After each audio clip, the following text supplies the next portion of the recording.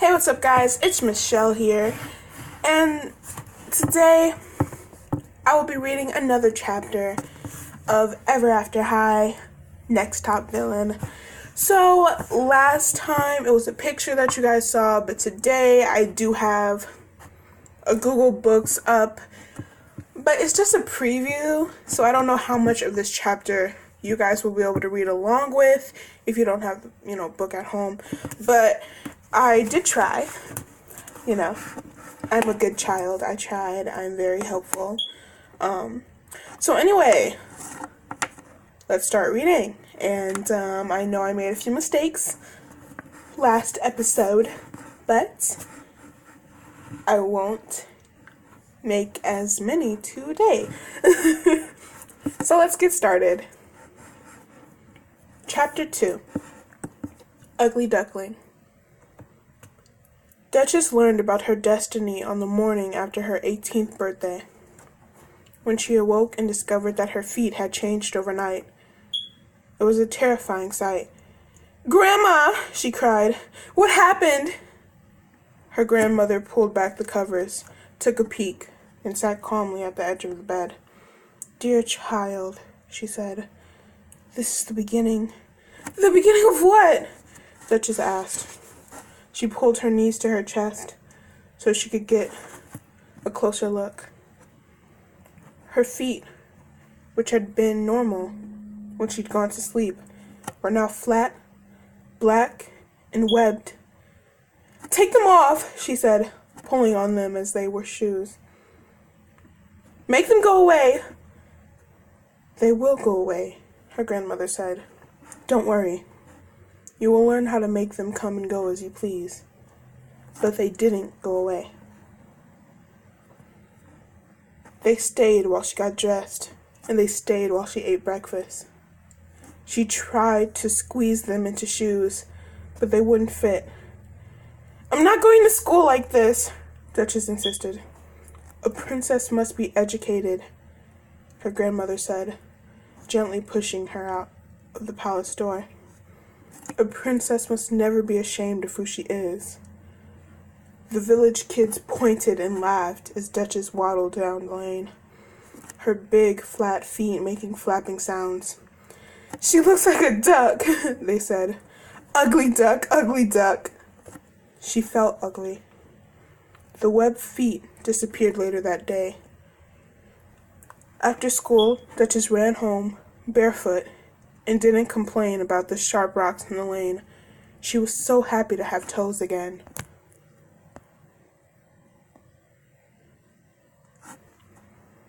More changes came that year. She grew taller. Her legs turned as skinny and gangly as a bird's. Sometimes when she laughed, she'd honk, which made all the other kids laugh. In the mornings, she'd find white feathers in her bed, and she began to crave the plants that grew in the pond beyond the schoolhouse. Behind the schoolhouse. Spring green and tender, they looked so delectable. One day, she waded in and began to eat them. "Look! The princess has flipped her crown. She's eating weeds." Luckily, the village children didn't notice her also eating the little water bugs that skimmed the pond surface. They tasted just as good as the cook's roasted beast. "What is happening to me?" Then, one morning, while walking home from school, Duchess spied a downy feather floating in the wind. It looked exactly like the feathers she often found in her bed. She chased after it, then saw another and another drifting in the distance. The trail led her to the lake beyond the palace, behind the palace, where a bay of swans had gathered. Although they migrated to the palace grounds every winter, Duchess had never paid close attention to them. She knew that they were beautiful, with their snowy white feathers, black beaks, and black eyes. But as she sat in the grass watching them preen and glide, she came to an amazing realization. Their swan feet looked exactly like the webbed feet she'd grown. She was one of them. And so, Duchess began to teach herself how to control the changes. It was not easy, for a sneeze could turn one arm into a wing, or a laughing fit could make a beak appear. But by the time she was 10, okay, she was 8 back there. I said 18. She was 8. I was so confused. But by the time she was 10, she could control the transformation. She could turn herself into a swan whenever she wanted. She saved this rebel for a special day at elementary school. It was late spring, and the class was lined up along the edge of the swimming pool. Today we will learn how to do a swan dive. Her teacher, Mrs. Water Sprite, said, pointing to the highest board. The students lined up at the bottom of the ladder. There were many trembling legs and terrified squeals as they climbed. "This is the most graceful dive of all," Mrs. Water Sprite exclaimed. "Put your hands above your head, lean forward, and jump. Then spread your arms wide like wings." One by one, the students jumped. Some clawed at the air as if trying to stop the fall. Some landed on their bellies. Others went feet first. "No, no, no," Miss Water Sprite hollered. "That was not graceful."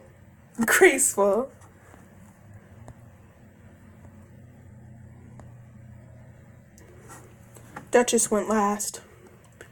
She raised her arms above her head and gripped the end of the board with her toes. It was a long way down. The other students looked small, some shivering beneath their towels. With their faces turned upward, they waited for the ugly duck girl to jump. "Dive," Miss Water Sprite ordered. Duchess bounced 3 times, then jumped. Just as gravity grabbed hold of her, she reached out her arms, closed her eyes, and transformed. The dive was perfection. When she rose to the surface, the village children cheered. And that day, the ugly duck girl became the swan princess. I feel like that was a very, very short chapter. So, we're going to go on to the next one. And it seems like there is 1 page left for you guys to read along to. So I guess I'll just keep it on this page as I read the rest of Chapter 3. Chapter 3.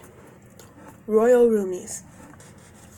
Soon after all the various alarm clocks had chimed, buzzed, tweeted, and chirped, the class lists for the new chapter were delivered. A fairy godmother in training poofed into the room and dropped 2 envelopes on Duchess's desk and 1 envelope on Lizzie's. Duchess was dressed and waiting. As usual, she'd laid out her clothes the night before. She'd neatly packed her bag with her tutu, tights, and pointed shoes. She'd already brushed her long hair, which hung in lavender, white, and black strips. And she selected her favorite headpiece, a strand of pearls that looped around her head and was secured by a single, perfect white feather. As the fairy godmother in training disappeared in the cloud of pink smoke, a flurry of activity arose on the other side of the dorm room. Lizzie Hartz was running late, as usual. Mornings were always a major drama. "Why didn't anyone lay out my clothes? Why do I have to choose what I wear? Has anyone seen my scepter?" If you took the time to be organized the night before, then you wouldn't have to go through this every morning, Duchess said. The word organized doesn't even exist in Wonderland, Lizzie said. Besides, if I were back in Wonderland, I'd have my own playing card army to help me in the morning. I'm still not used to doing all these chores by myself. She pulled a comb out of her black hair. Oh, I've been looking for this. Duchess hurried over to her desk and picked up the first scroll. A swan symbol had been pressed into the wax seal. Dearest Duchess, I hope this letter finds you well. Each time I look out the window toward the pond and see the swans, I think of you. Without your companionship, the days feel long. But I know that you are doing your duty, and that is more important than my boredom. We are so proud of you. Continue to get perfect grades at Ever After High, just as your mother before you. You bring honor to our family.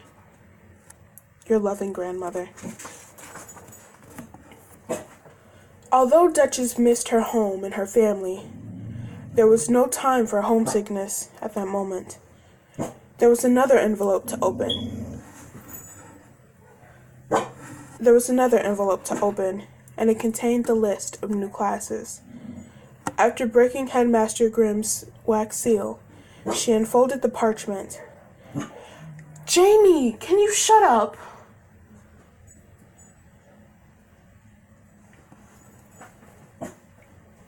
Don't try me.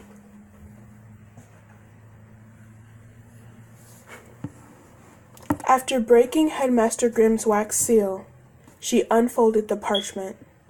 Everything looked to be in order. Advanced ballet, at the Red Shoe Studio, Princessology with Mr. Her Majesty the White Queen, Home Economics with Professor Mama Bear, Damsel in Distressing, and she gasped, "What the hex?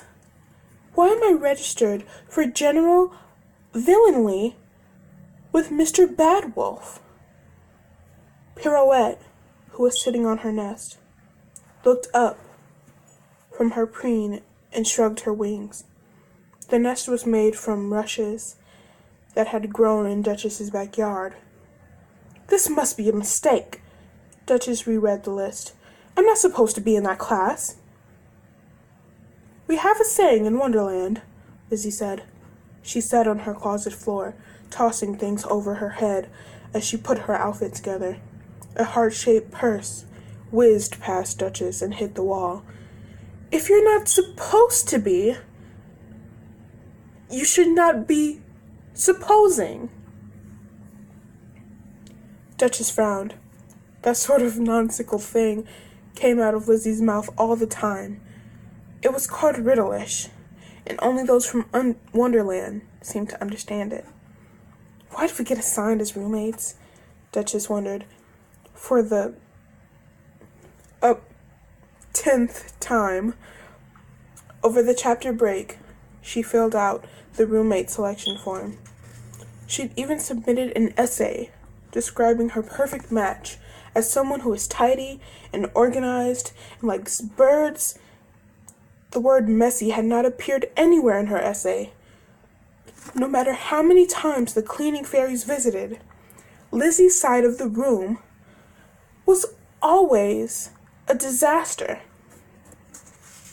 It was a mystery why they'd been assigned to the same room, just as it was a mystery why Duchess had been placed in General Villainly. Aren't you going to read your scroll? Duchess asked. I will, as soon as I find my deck of cards. Lizzie crawled under the bed, then reemerged with the deck in her hand.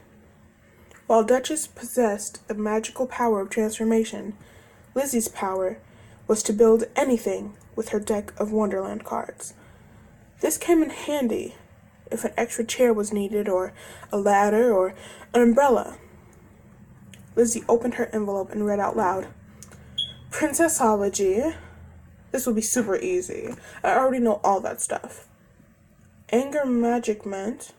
Why do I have to keep taking that class? I'm trying to control my temper, not lose it. It makes me so angry that everyone expects me to be angry. She stomped her foot, then kept reading. Drama. Oh, that will be fun. Maybe I'll get the lead role this year. And general villainy? Ick, that sounds dreadful.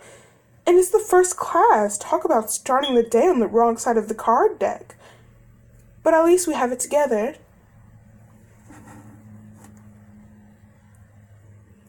It made sense that Lizzie would be selected for general villainy. Her mother was a notorious queen whose temperamental outbursts were legendary. But why me? Duchess thought. Have I done something wrong? Suddenly, Lizzie dove into a pile of socks. There you are, she said, pulling out a round, prickly lump. You silly little thing, I've been looking for you for days. The lump uncurled, then wiggled her nose. Her name was Shuffle, and she was Lizzie's pet hedgehog. It's time to go to class, Lizzie told her. Then she tucked the critter into her book bag. The hallway filled with the sounds of footsteps and chatter of girls headed out of the dormitory to their first classes of the day. Duchess left the window open so Pirouette could come and go as she pleased. Then she and Lizzie joined the stream of students. Despite the fact that they were opposites in many ways, Duchess was glad to have Lizzie by her side as they negotiated the crowded hallways of Ever After High. Lizzie might lack some organizational skills, but she certainly didn't lack confidence. Out of the way, she ordered, waving her scepter, as if she'd already been crowned. They passed through the common room, ducking beneath the tree branches that grew inside the school. They grabbed brunchies and orange juice from a cafeteria chart. All the students were talking about their class lists. Why are you walking so fast? Lizzie complained. I want to get there early so I can tell Mr. Badwolf to transfer me to another class, Duchess informed her. Lizzie swung her bag over her shoulder. Can you do that? Headmaster Grimm makes all the class decisions. There must be some reason why he included you. She took a bite of breakfast. Putting me in general villainy doesn't make sense, Duchess said, her brow frowning beneath the pearl strand. Lizzie swallowed. We have a saying in Wonderland. The rhyme of time brings the telling of the rhyme. What's that supposed to mean? It means all answers will be revealed in time. That was a nice thought, but the truth was, Duchess didn't have time on her side. She had only these moments at Ever After High to do her best, to get perfect grades, and to live her life before her destiny caught up with her. They finished their breakfast. Then, just as they left their juice containers with the recycling fairy, Lizzie cried, Oh no! Her hedgehog had leaped from the book bag and was running as fast as her pudgy little legs could carry her, which wasn't very fast.